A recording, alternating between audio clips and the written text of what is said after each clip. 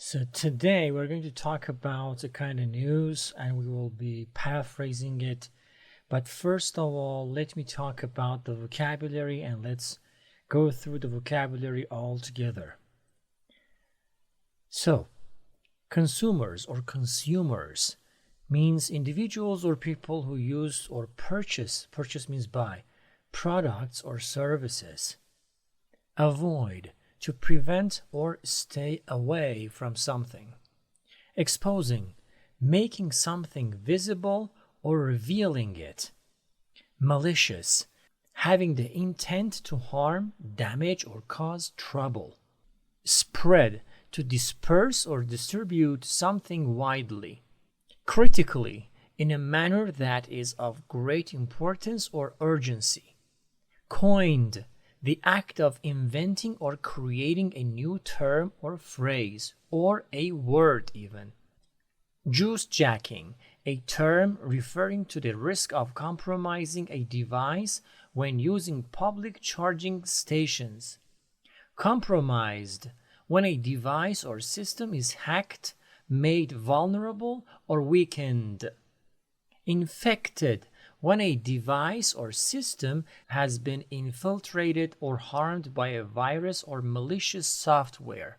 Announcement, a public statement or notice to inform people about something. Conjunction, the act of things happening or being used together or in combination. Diligent, showing care, attention, and effort in doing something. Corrupted, when something is damaged, altered, or made impure, often referring to data or files. Intentionally, done with a specific purpose or deliberate action. Promotional gifts, items given away as part of a promotion or advertising campaign. Now let's talk about the news itself. The news is extracted from CNN website. The FBI is warning consumers against using public phone charging stations in order to avoid exposing their devices to malicious software. Public USB stations like the kind found at malls and airports are being used by bad actors to spread malware and monitoring software. According to a tweet last week from the FBI's Denver branch, the agency did not provide any specific examples. Carry your own charger and USB cord and use an electrical outlet instead, the agency advised in the tweet. While public charging stations are attractive to many when devices are running critically low on battery, security experts have for years raised concerns about the risk. In 2011, researchers coined the term juice jacking to describe the problem. Just by plugging your phone into a compromised power strip or charger, your device is now infected, and that compromised all your data, Drew Paik, formerly of security firm Authentic8, explained to CNN in 2017. The cord you use to charge your phone is also used to send data from your phone to other devices. For instance, when you plug your iPhone into your Mac with the charging cord, you can download photos from your phone to your computer. If a port is compromised, there is no limit to what information a hacker could take. Paik previously explained to CNN. That includes your email, text messages, photos, and contacts. The FBI regularly provides reminders and public service announcements in conjunction with our partners, Vicky Migoya, public affairs officer at the FBI's Denver branch, told CNN. This was a general reminder for the American public to stay safe and diligent, especially while traveling. The Federal Communications Commission also updated a blog post on Tuesday warning that a corrupted charging port can allow a malicious actor to lock a device or extract personal data and passwords. In some cases, criminals may have intentionally left cables plugged in at charging stations, according to the FCC blog post. There have even been reports of infected cables being given away as promotional gifts. Now let's paraphrase all of these paragraphs. One more time, the FBI is warning consumers against using public phone charging stations in order to avoid exposing their devices to malicious software. Of course, for paraphrasing, there are so many different ways to paraphrase it, but this is one of the ways actually, and there is no limit. There is no specific criteria or a specific framework or whatnot. So everybody can pretty much paraphrase any kind of sentence, but day by day, year by year, as long as you're a kind of master in your field, master in English, you can have better paraphrases. So one more time, there is no correct or incorrect paraphrasing generally. There is a better or a worse paraphrase. So what I said here is the FBI's message to consumers or people is pretty clear. Stay away, which means avoid. Stay away from public phone charging stations or centers to keep your devices like phones or tablets or whatever safe from malicious software, from dangerous software. You could also say that. Also, I wrote something like this. Phone charging stations should be avoided, as the FBI is cautioning, or actually warning, consumers to protect their devices from potentially harmful softwares. And also I wrote to shield, which means that to protect, to shield their devices from malicious software or dangerous, harmful, bad, even you can say bad software. Consumers are being alerted, which means warned, by the FBI to refrain from using public phone charging stations. Refrain means to just avoid. Public USB stations like the kind found at malls and airports are being used by bad actors to spread malware and monitoring software, according to a tweet last week from the FBI's Denver branch.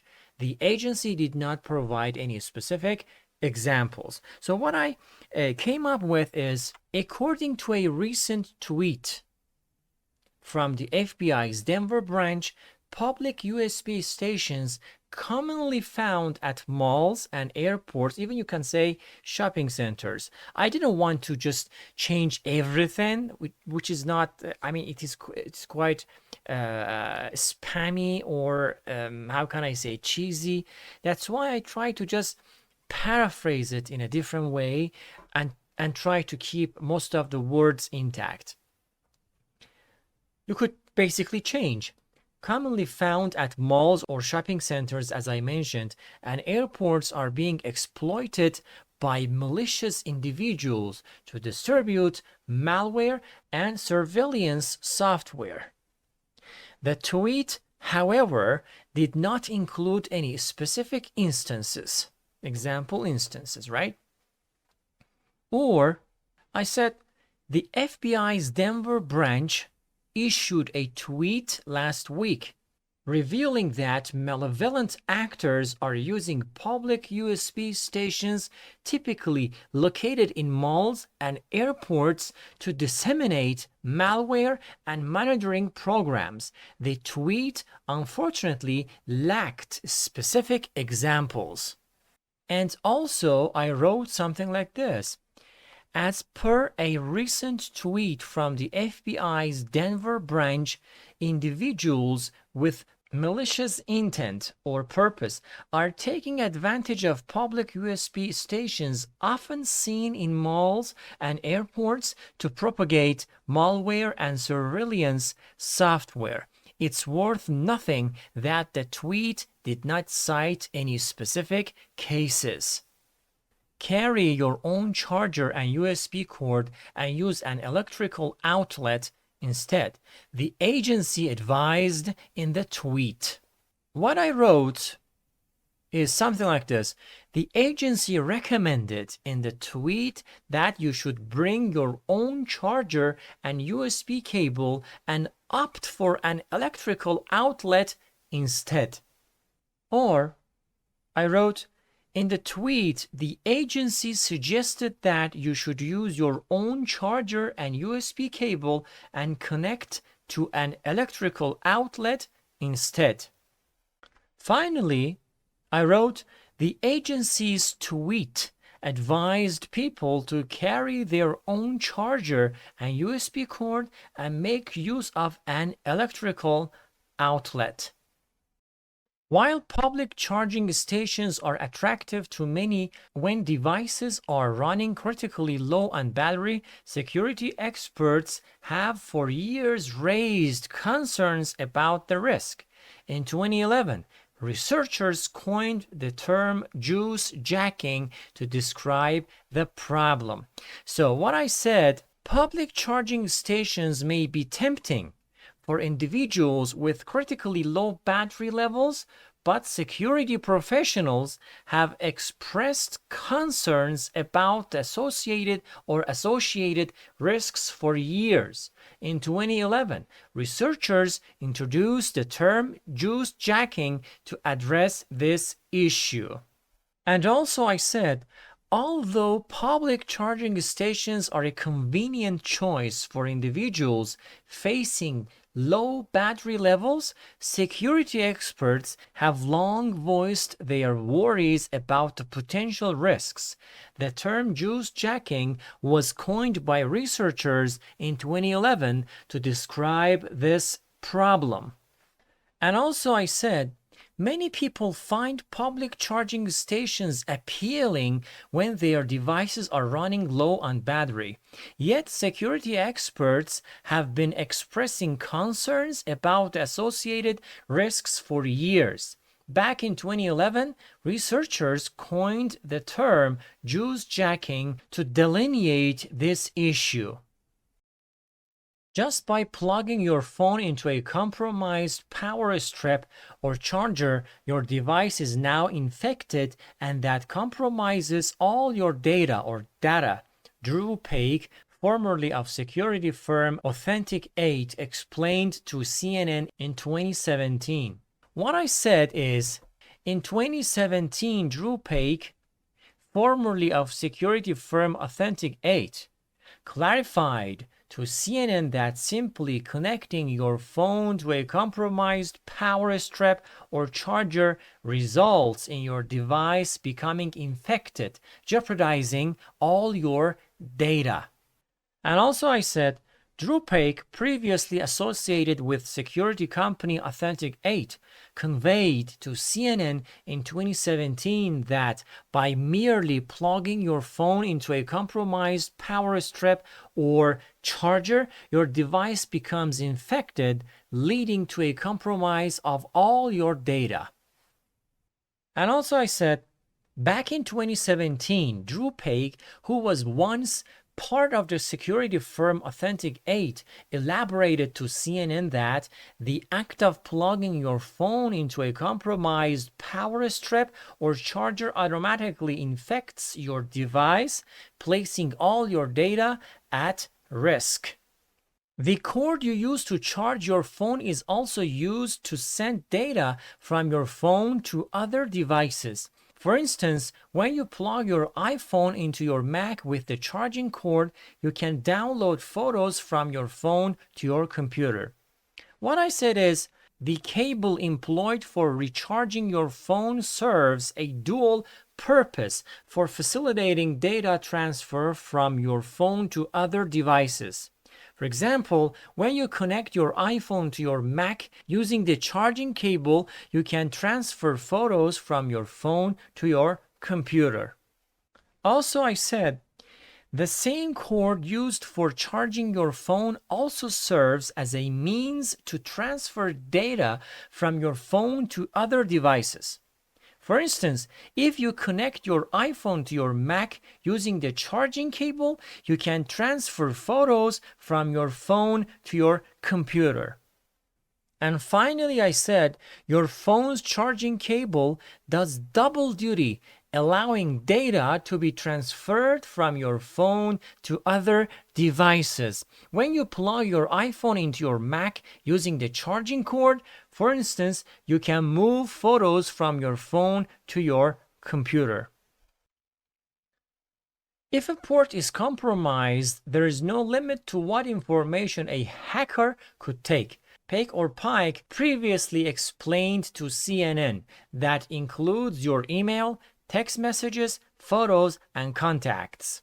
What I said was, Drew Peck or Pike, as mentioned in his previous statement to CNN, emphasized that when a port is compromised, there are virtually no boundaries on the extent of information a hacker could extract. This encompasses your email, text messages, photos, and contacts. I also said, as Drew Pike or Peck, as I said, previously articulated to CNN, the potential for information extraction knows no bounds if a port becomes compromised. This encompasses all your email, text messages, photos, and contacts. And finally, I said, according to Drew Peck, previous explanation to CNN, when a port is compromised, there are no constraints on the variety of information that a hacker could access. This encompasses your email, text messages, photos, and contacts. The FBI regularly provides reminders and public service announcements in conjunction with our partners. Vicky Migoya, Public Affairs Officer at the FBI's Denver branch, told CNN. This was a general reminder for the American public to stay safe and diligent, especially while traveling. What I said was, according to Vicky Migoya, the Public Affairs Officer at the FBI's Denver branch, the FBI consistently issues reminders and public service announcements in collaboration with their partners. In this case, it was a broad advisory to remind the American public to remain vigilant and cautious, particularly during travel. Vicky Migoya, the Public Affairs Officer at the FBI's Denver branch, informed CNN that the FBI regularly disseminates reminders and public service announcements in cooperation with their partners. In this instance, the announcement served as a general reminder for the American public to prioritize safety and vigilance, especially when traveling. And I also said, Vicky Migoya, the Public Affairs Officer at the FBI's Denver branch, explained to CNN that the FBI consistently shares reminders and public service announcements in conjunction with their partners.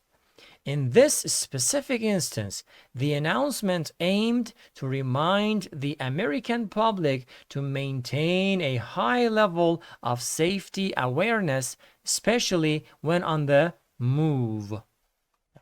The Federal Communications Commission also updated a blog post on Tuesday warning that a corrupted charging port can allow a malicious actor to lock a device or extract personal data and passwords.